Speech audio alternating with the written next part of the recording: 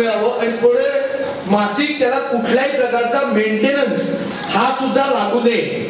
पण त्याच्याकरता आपल्याला त्या जमिनीकरता मिळणारा FSI आणि त्या FSI ला समोर मिळणारा बिल्डर आणि बिल्डरने आपल्याला किती फॅसिलिटी, किती टक्के अपंगाला देणार, किती टक्के स्वतः घेणार, त्याची कुठली बाजू अपंगाला असणार, त्याच्यावरती काय रेट ते असणार, या सगळ्याची अग्रीमेंट व्हायची. ज्यावेळी कांबळे साहेबांनी तुमच्या बऱ्याच जणांकडून जो काही व्यवहार करून जे काही तुम्हाला अग्रीमेंट म्हणजे त्याला MOU म्हणतात, म्युच्युअल अंडरस्टँडिंग, या प्रकारचं ते झालेलं होतं, तो बिल्डर केवळ अरेंज करण्यापुरता होता, तो पुढाकार घेऊ शकला नाही. कारण मंत्रालयातील संबंधित मुख्यमंत्र्यांपर्यंत हा विषय कायद्याने करावा लागतो, काहीतरी देऊन करावा लागतो. तिकडे कुठलाही पर्याय नाही. मग तो कुठलाही राजा हरिश्चंद्र मुख्यमंत्री असला तरी विधानसभेच्या निवडणुका आहेत, निवडणुकीचा फंड हवाय, त्या फंडाकरता आपल्याकडनं कुठल्याही प्रकारचा पैसा खिशातून न काढण्याचाच प्रयत्न आहे. परंतु विषय एक तुम्ही लक्षात घ्या की हा जो 4% आपल्याला 1+4 चा जो FSI मिळतोय, हा FSI जर त्याच्यातून अपंगाला चांगल्या कायमस्वरूपी म्हणजे एकही रुपयाला महिन्याला मेंटेनन्स मिळता का लागता कामा नये, लिफ्ट असल्या पाहिजे, पाण्याची व्यवस्था असली पाहिजे, स्वतःचा आमचा कम्युनिटी हॉल असला पाहिजे, वर्कशॉप असलं पाहिजे, स्वतःचे गाळे असले पाहिजे, या सगळ्या वस्तू देऊन जर तुला 1+4 मध्ये आम्हाला किती आणि तुला किती हा जर व्यवहार कागदावरती जर सुस्पष्ट झाला तर आपण बिल्डरला देणार आहोत. नाहीतर त्या जमिनीवरती आपण स्वतः आपली आर्थिक क्षमतेच्या आधारे प्रथम एक ग्राउंड फ्लोर आणि याच्या प्रकारचं बांधून नंतर बिल्डर शोधू. कारण 1+4 चा FSI पहिला घेऊन ठेवायचा. आपल्याला या FSI म्हणजे मी तुम्हाला सांगतो की जेवढी जमीन असते त्या जमिनीवरती किती बांधकाम करायचं याची एक परवानगी मिळते. ती परवानगी सर्वसाधारण मुंबई शहरामध्ये 1+1 आहे. म्हणजे जेवढी स्क्वेअर फीट जमीन आहे तेवढं स्क्वेअर फूट तुम्ही बांधकाम करू शकता. पण आपली आहे आपण आहोत स्पेशल कॅटेगरी मध्ये विकलांग. या विकलांग कॅटेगरी करता आपल्याला 1.5 म्हणजे 2.5 एकंदर ही आपल्याला अतिरिक्त मिळते.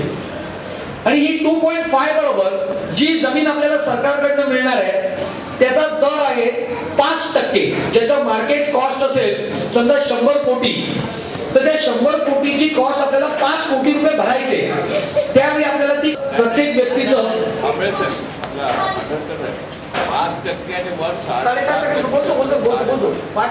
5% हा मालकी अधिकार असणार आहे. 30 वर्षाचं लीज असणार आहे, ते रिन्यू होणार. मी तुम्हाला सगळ्यांना जे काही शंका कुशंका असतील ते आपण नंतर तुमच्या प्रत्येकाच्या हातात माहिती देणार आहे आणि तो तुमच्या सगळ्यांकडनं ऐकणार आहे. पण त्याच्या अगोदर आपल्याला जे काही विषय पुढे न्यायचा आहे, तुम्ही एका व्यक्तीने बोलून तुमच्या सगळ्यांच्या शंका आहेत 3.5 वर्षापासून तुमच्या मनात विचारात निर्णय प्रकारचे मिळाले. आता हे जे आम्ही सांगतो ते मंत्रालयात कांबळे साहेबांनी केलेले कागदपत्रांची उलाढाल आणि त्या उलाढालातून मिळाले प्रत्यक्ष पेपर आणि त्याच्यावरती सर्वाधिक महत्वाचा रिमार्क जो महसूल विभागाचा आहे, ज्यांच्या हातात या जमिनीची मालकी महसूल विभागाची आहे आणि त्यांचा रिमार्क आहे, त्यांच्या सेक्रेटरीचा जो रिमार्क आहे, त्या रिमार्कच्या आधारावरती मी तुम्हाला सांगतोय की आपल्याला 2.5 प्लस 1.5 एक्स्ट्रा हा जो एम्युनिटीज देणार आहे, म्हणजे जो आपला कम्युनिटी हॉल बनणार आहे 80 बाय 80 मीटरचा, जो कांबळेने MOU दाखवला होता, तुम्ही बघितला असेल बऱ्याचशा लोकांनी. हा जो 1.5 आहे हा आपल्याला बिल्डरला द्यायचा आहे आणि त्याच्या अगेन्स्ट बिल्डर आपल्याला हे सगळं देणार. अशा प्रकारचं याच्या अगोदर अग्रीमेंट झालेलं होतं. ज्या बिल्डर बरोबर कांबळे साहेबांनी केलेलं होतं ते अग्रीमेंट अत्यंत उत्कृष्ट दर्जाचं अग्रीमेंट होतं, ज्याच्यामध्ये सर्वाधिक अपंगांचा फायदा होत होता. परंतु हा बिल्डर कायद्याने करायला तयार नव्हता. तो म्हणत होता पहिली तुम्ही अपंगाने अलॉटमेंट आणा, मग आम्ही तुम्हाला हे सगळं देऊ. तिकडे मंत्रालयात बसलेले अधिकारी आणि प्रशासकीय व्यवस्था सांगत होती की तुमच्या गावावरती सचिवांचा रिमार्क आलेला आहे, आता काय तुमचा कोण डेव्हलपर आहे त्याला समोर घेऊन या. तो येत नव्हता आणि तो येत नव्हता म्हणून ती फाईल वरून खालती खालतून वरती वरून खालती खालतून वरती फिरत होती. आता आपल्याला या प्रकारचा व्यक्ती तुमच्यापैकी कुणाकडे असेल, ज्या व्यक्ती कांबळे साहेबांकडे होता तो अयशस्वी ठरलेला होता, म्हणूनच या काय काम आपण यशस्वी करू शकलो नाही. पण आता त्या डिमांडच्या आधारावरती निवडणूक आहेत विधानसभेच्या, प्रत्येक राजकारण्यांना 630 अपंगांना घरं देण्यात आणि आपल्या पक्षाला निवडून आणण्यात इंटरेस्ट आहे. कारण आपण अति अति अति अति दुर्बल घटकामधले लोक आहोत आणि आंतरराष्ट्रीय स्तरावरती आम्ही अपंगांना काय दिलं आणि काय देणार आहोत त्याच्यात निर्णय घोषणा करण्यात राजकीय पक्षांचे नेते कायम पुढाकार घेतच असतात.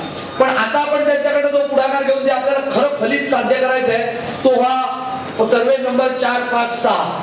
आणि या सर्वे नंबर 456 याच्यावरती आपला कायदेशीर हक्क लागलेला आहे.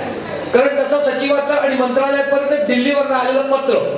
पण त्याचा दुसरा पार्ट असा आहे की त्याच विभागातील खासदारांची मुलगी जी आमदार आहे ती तिकडे त्याच जमिनीवरती अनधिकृत झोपड्या बांधायला प्रोत्साहित करते.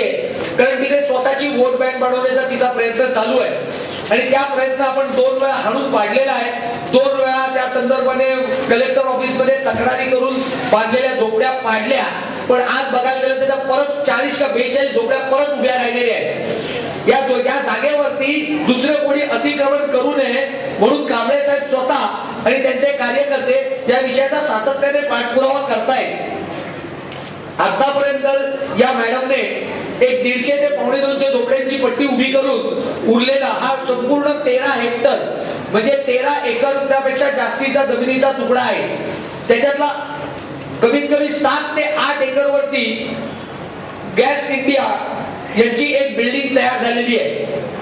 गॅस इंडिया म्हणून जी गॅस पाईपलाईनीतून गॅस पुरवठा होणार हा आपल्या प्रकल्पाच्या बाजूच्या जागेवरती सरकारी जमीन देऊन हा प्रकल्प उभा राहिलेला आहे. आणि आपल्या जमिनीवरती एनए म्हणजे नॉन डेव्हलपमेंट असं करून एनडी झोन करून करणं राजकारण्याने त्याच्यात पाय घालून ठेवलेलं आहे. पण ज्यावेळी आपल्याला इथे पत्राचे कागदपत्र मिळाले त्यावेळी जर बाजूला गॅस इंडियाची बिल्डिंग बनवू शकते तर अपंगांची बिल्डिंग का नाही बनवू शकणार. त्याला जर एनडी झोन उठू शकतो तर या बाकीच्या जमिनीला का नाही उठू शकणार. आणि या एनडी झोन करतात जी गॅस इंडियाने बांधलेली बिल्डिंग आहे त्यांच्या अखत्यारीतला असलेला हा 13,000 वारचा एक तुकडा आहे जो संपूर्ण मोकळा आहे आणि तो एनडी झोन खाली येत नाहीये. कारण गॅस अथॉरिटीला तो दिलेला होता आणि गॅस अथॉरिटीने त्याचा फक्त 7 का 7.5 एकर वापरलेला आहे आणि बाकीचा मोकळा आहे.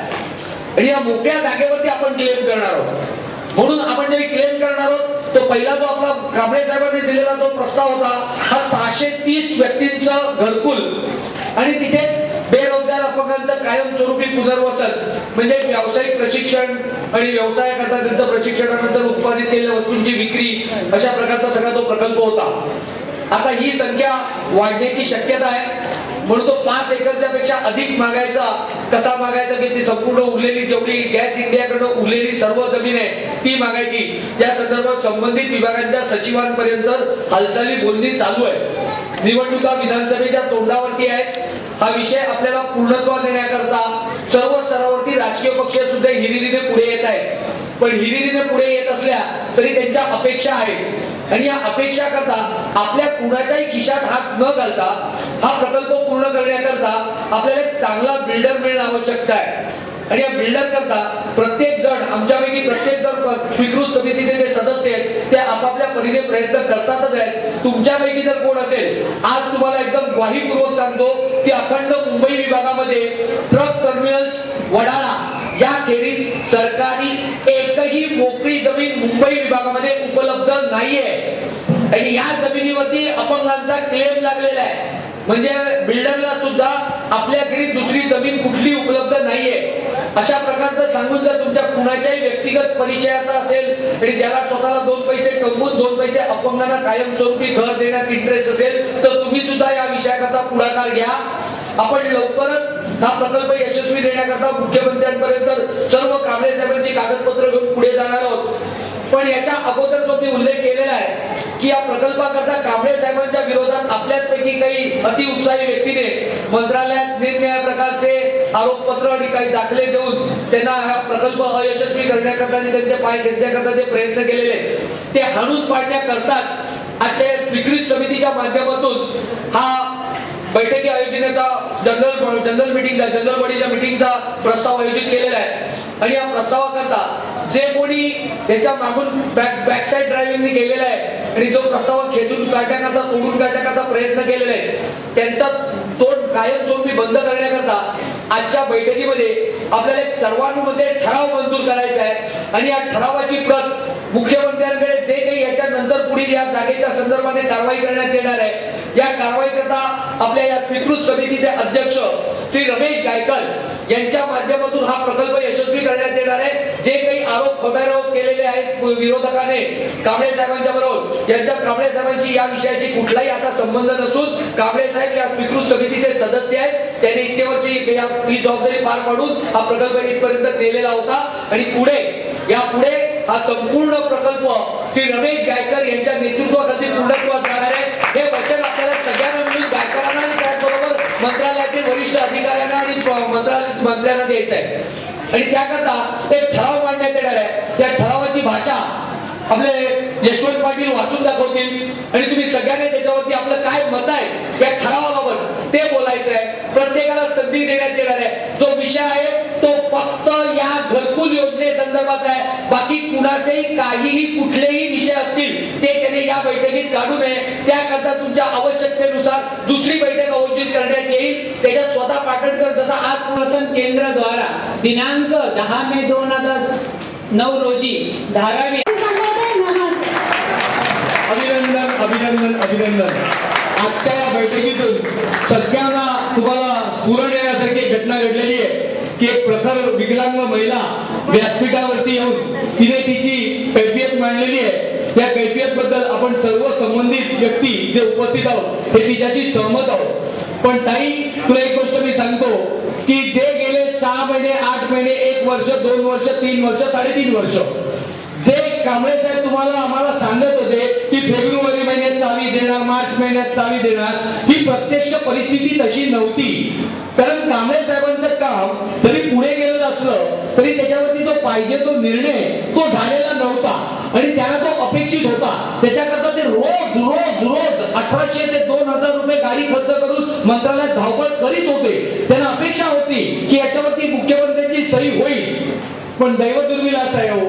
जसं तुम्ही आता म्हणाला गायकर साहेबांनी वचन द्यावं तुम्हाला मी गायकर साहेबांच्या वतीने नाही हा वचन तुम्ही आपल्या स्वतःला विचारायचं आहे। तर हे सगळं यशस्वी करण्याकरता आजची जशी संख्या उपस्थित आहे तशी जर संख्या जर प्रत्येक वेळी आपण उपस्थित करू शकलो तर आणखीच नाही 8 दिवसात सुद्धा काम होऊ शकते। आवश्यकता आहे ती संघटन शक्तीची। आपल्याला हे का असं करावं लागतंय तर आपला कोणीही मायबाप आपला वाली आपला प्रतिनिधी जो आपली समस्या 3.5 वर्षापासून अपंगांचा दिल्लीवरून आलेला प्रस्ताव आहे त्याच्यावरती मुख्यमंत्र्यांपर्यंत तो प्रस्ताव जात नाही त्याच्यावरती मुख्यमंत्र्यांची सही होत नाही याचं कारण काय हे काय अपंग खोटे आहेत का पण आमचा कोणी मायबाप नाही आपली वोट बँक नाही एकही राजकीय पक्षाचा आमदार नेता ह्या विषयाकडे प्रेमाने बघायला तयार नाही आणि म्हणूनच असं झालंय आणि म्हणूनच आपण सगळेजण 3.5 वर्ष मानसिक छळामध्ये सापडलेलो। पण ताई तू आज येऊन जी गोष्ट इकडे सांगितलीस या गोष्टीची आम्ही सगळेजण सहमत आहोत आणि जो प्रयत्न याच्या अगोदर झाला होता तो प्रयत्न आता गायकरांच्या नेतृत्वाखाली आपण पुढे नेणार आहोत। पण त्याच्याकरता आजची जशी आपण संवेदन शक्तीच्या माध्यमातून तू एक स्वतः डेअरिंग करून येऊन बोललीस या तुझ्या डेअरिंगने आणखीन सर्व अपंगांमध्ये असा आत्मविश्वास निर्माण व्हायला पाहिजे की गायकरांनी हा प्रस्ताव आपल्या हातात घेतलेला आहे। आपण सगळ्यांनी त्यांच्या मागे शक्तीने उभं राहणे आवश्यक आहे। ज्या वेळी गरज पडेल आम्हाला अपेक्षा आहे की आता आपण कांबळे साहेबांनी 85% केलेलं काम आहे। तुम्हाला सगळ्यांना सांगतो आता आपल्यापैकी एक व्यक्ती माझ्याकडे आला होता आणि तो म्हणाला पाटणकर साहेब जर गायकरांनी कांबळे साहेबांनी 3.5 वर्ष पाठपुरावा करून 85% काम केलेलं आहे मग आता शेवटच्या वेळी त्यांना काढताय का? मित्रांनो तुमचा खरोखर सांगतो तुमचा प्रश्न अतिशय न्याय्य होता आणि तशी आमची इच्छाही नव्हती पण आपल्याच पैकी कांबळेंच्याच सहकारी श्री तिलम या व्यक्तीने प्रत्येक ठिकाणी पत्र दिलेली आहेत की कांबळे साहेब चोर आहे कांबळेने अपंगाला फसवलेलं आहे कांबळेने पैसे खाल्लेले आहेत आणि म्हणून आम्हाला कांबळेला बाजूला करावं लागलं। आम्ही कांबळेचा कुठेही अपमान केलेला नाहीये आणि करणार नाही आहोत। ही संस्था ही संघटना जी आज या 85% कामपर्यंत नेलेली आहे याच्यात 85% वाटा हा कांबळे साहेबांचाच आहे। त्याच्यात कुणाच्याही मनात दुमत नाहीये। कांबळे साहेबांनी जो तुमच्याशी आर्थिक व्यवहार केला हा आर्थिक व्यवहार त्यांची शारीरिक क्षमतेनुसार त्याला लागणारं वाहन त्याच्याकरता अत्यावश्यक होता आणि म्हणून त्याने केलेला होता पण त्या पैसे घेऊन ते दारू पेले किंवा सोनं नाणं बनवलंय अशा प्रकारचं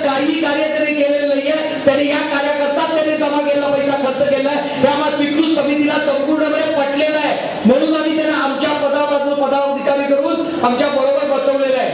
जे कोणी तिलम साहेबांनी जे आरोप केलेले हे आरोप संशय खोटे आहेत, बिनबुडाचे आहेत आणि या अशा व्यक्तीला बाजूला काढण्याकरतात जसं ताई तू आता बोललीस तसं याच्या पुढे तिथपर्यंत हा मेसेज जाऊन दे की आता आम्ही सगळेजण गायकरांच्या मागे आहोत. याच्या अगोदर कांबळेच्या मागे आम्ही उपलब्ध झाले नव्हतो म्हणून ती अशा प्रकारची पत्र दिलीस, पण आता जर गायकरांच्या विरोधात अशी काही पत्र देशील तर तुला आम्ही ठेचल्या गेली जाणार नाही. हा मेसेज तिथपर्यंत जाऊन दे हनुमान गल्लीपर्यंत, हनुमान मंदिर मध्ये. मग बघा हे काम निश्चित होणार आहे. निवडणुकीच्या तोंडावर ते आलेले आहेत. आपल्या हातात बरेचसे कागदपत्र सकारात्मक प्राप्त झालेले आहेत माहितीच्या अधिकाराखाली आणि जी काही पुढील कारवाई 15% बाकी आहे ती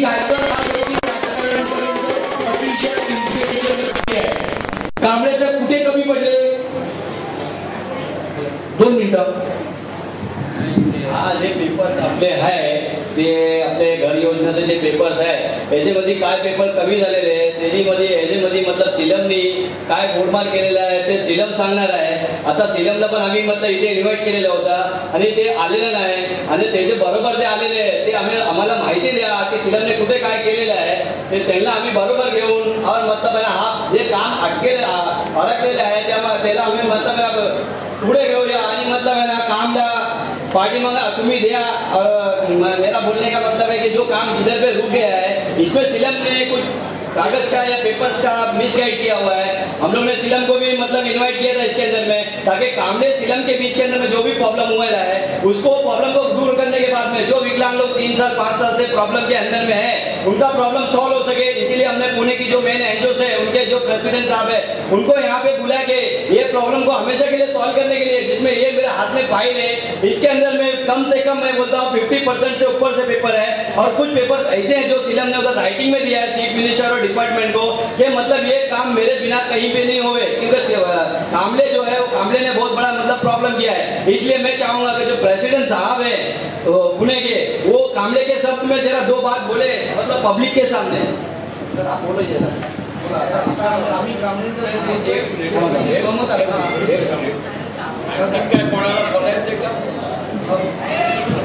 या विषयावरती आणखीन तुमच्यापैकी कुणाची जर काही फिर्याद आता त्या ताईने सांगितलं त्या व्यतिरिक्त म्हणजे ते सगळं आपल्या सगळ्यांना माहिती आहे. तिने तिचं मन मोकळं केलं, तुमच्या सगळ्यांच्या मनात ते आहे. तर त्याच्या खेरीज म्हणजे तिलमकडे असलेले पेपर ही जे पेपर आहेत आम्ही माहितीच्या अधिकाराखाली मिळवलेले कांबळे साहेबांनीच मिळवलेले 56 पेपर मिळवलेले. फाईल होती 110 पेपरची. 56 पेपर हातात आलेले आहेत पण 54 पेपर गायब आहे. त्या 54 पेपर तुमच्यापैकी कोणी तिलमकडनं मिळवू शकत असेल अशा प्रकारचं जर तुम्हाला काही बोलायचं असेल तर कृपया व्यासपीठावरती या. आम्ही आजच्या बैठकीला तिलमला सुद्धा फोन करून आमंत्रण केलेलं होतं की बाबा ह्या विषय यशस्वी करण्याकरता तुझ्याही सहकार्याची आम्हाला जरूर आहे. जागृत केलं त्याबद्दल तुझं परत अभिनंदन.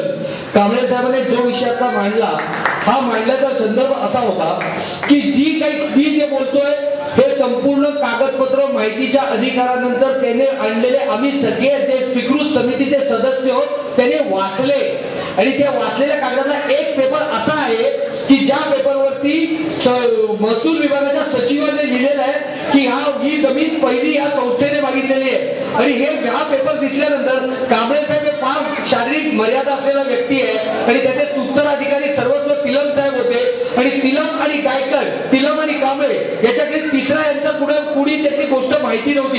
हे आज तू बोललीस कांबळे साहेबांना मुद्दाम उपस्थित केलं होतं. आम्हाला अपेक्षा होती, अपेक्षाने आम्हाला खात्री होती की आजच्या या मीटिंग मध्ये खोड घालण्याकरता मग तिलम येईल पण तो मग नसल्यामुळे येऊ नाही शकला.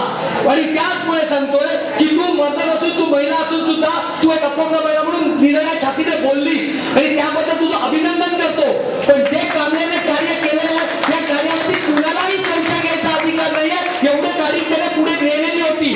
रोज मंत्रालयात 4 माळे आणि 6 माळे बिन पाय नसलेला व्हीलचेअर वरनं जाणारा व्यक्ती पोचवायचं ही साधी सुधी गोष्ट नाहीये ताई. आणि ही गोष्ट तुम्ही सगळ्यांनी लक्षात केला पाहिजे. उशीर झालाय, वेळ झालाय, तुम्ही सगळ्यांनी पैसे दिलेले आहेत याच्याशी कुणीही असहमत नाही आहोत. आम्ही सगळे सहमत आहोत. पण जो काही वेळ लागलाय त्याच्याबरोबर जो कांबळ्यांचा पीए होता तिलम याने गोळ घातला म्हणून तो वेळ झालेला होता हे आम्हाला सगळ्यांना पटलं. म्हणूनच आम्ही कांबळे साहेबांना या मीटिंग मध्ये उपस्थित केलं होतं की तिलमही येणार आहे त्याचेही आरोप होणार आहे. कांबळे साहेब तुम्हाला समोर उत्तरं द्यायचे. तो मनुष्य मनुष्य खरा होता तो आला. तिलम का नाही आला याचं कारण ते आहे, कारण तो खोटा होता आणि तो अपंग नव्हता. आणि चलो झालं गेलं, गंगेत गेलं, आम्हाला काही कुणाची व्यक्तिगत आकस नाही, तिलमची पण नाही.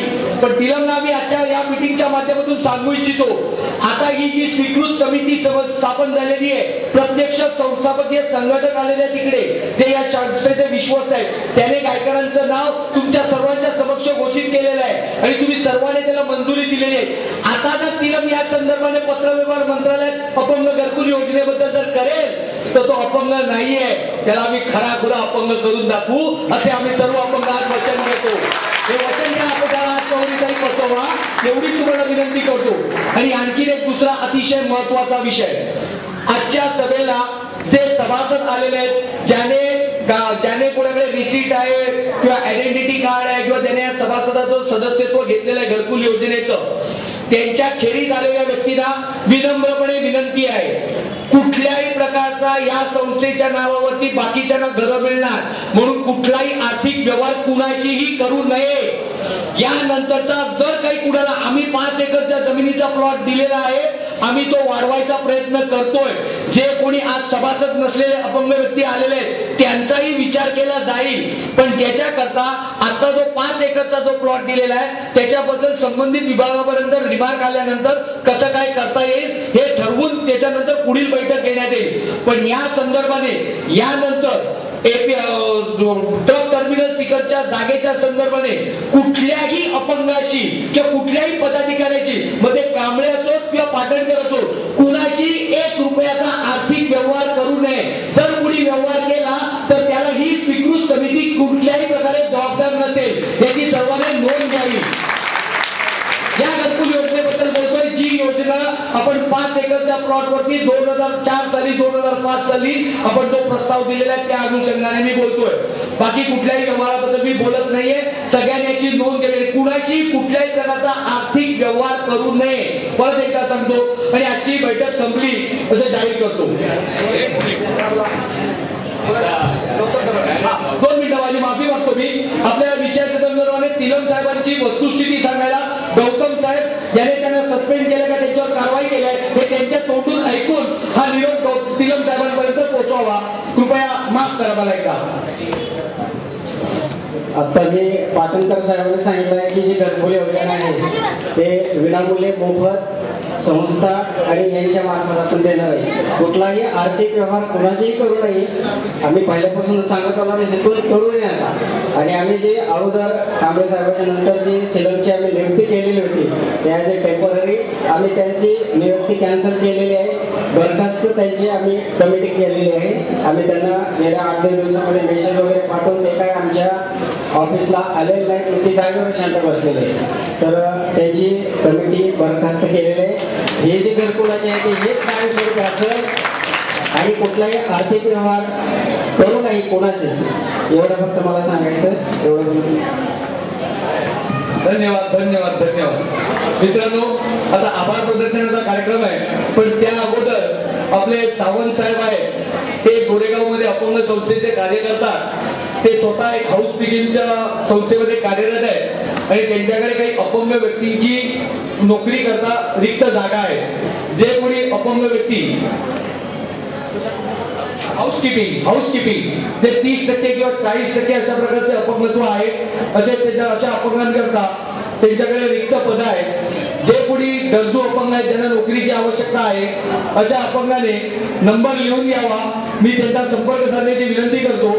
नंबर आहे 9869 60 या नंबरवरती संपर्क करावा. परत एकदा एका नंबर 9869 80 या विलास सरमळकर यांचं नाव आहे. विलास सरमळकर यांच्याकडे हाऊसकीपिंगच्या वेकन्सीज आहेत. ज्यांचं अपंगत्व 30% किंवा 40% आहे अशा अपंगांनाही रोजगाराची संधी आहे. त्याच्याकरता जे कोणी गरजू अपंग आहेत, बेरोजगार अपंग आहेत, त्यांनी आज या नंबरवरती संपर्क साधा. परत एकदा सांगतो 9869 80 या नंबरवरती संपर्क साधा. धन्यवाद. आता आजच्या या कार्यक्रमाला सर्व अपंगांच्या वतीने आपल्याला हा जो हॉल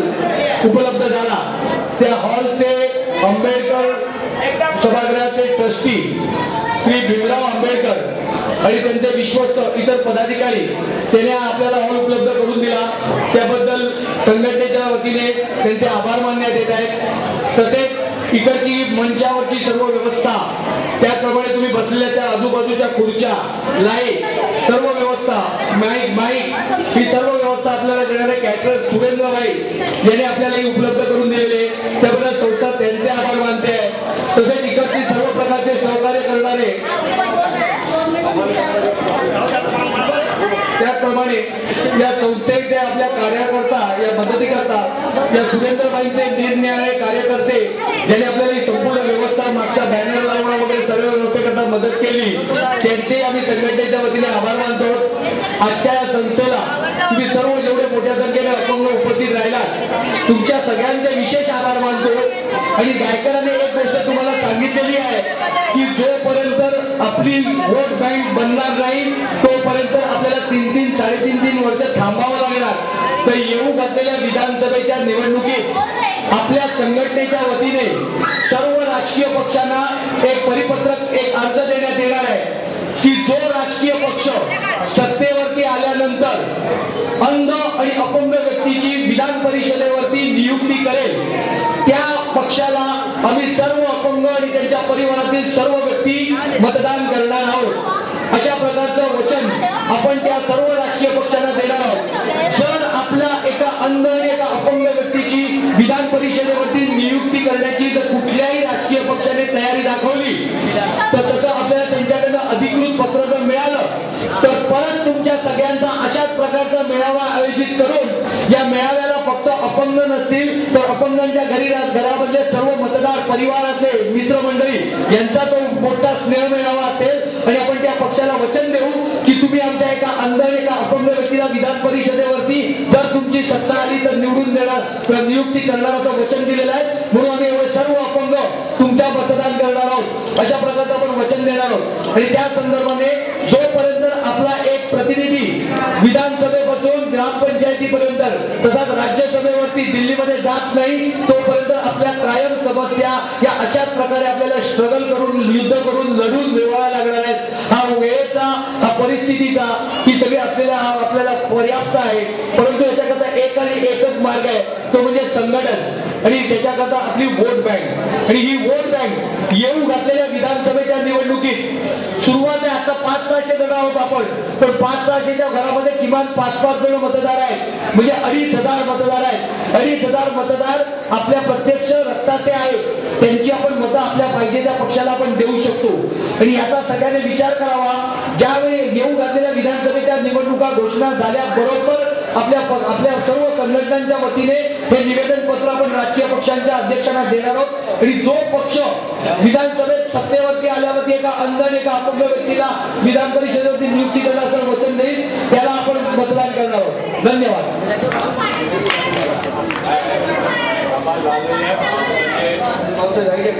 पावसाची वेळ आहे, आता एवढंच आहे की हा जो काही समोर चांगला पॉझिटिव्ह मॅसेज आपल्याला दिला गेलेला आहे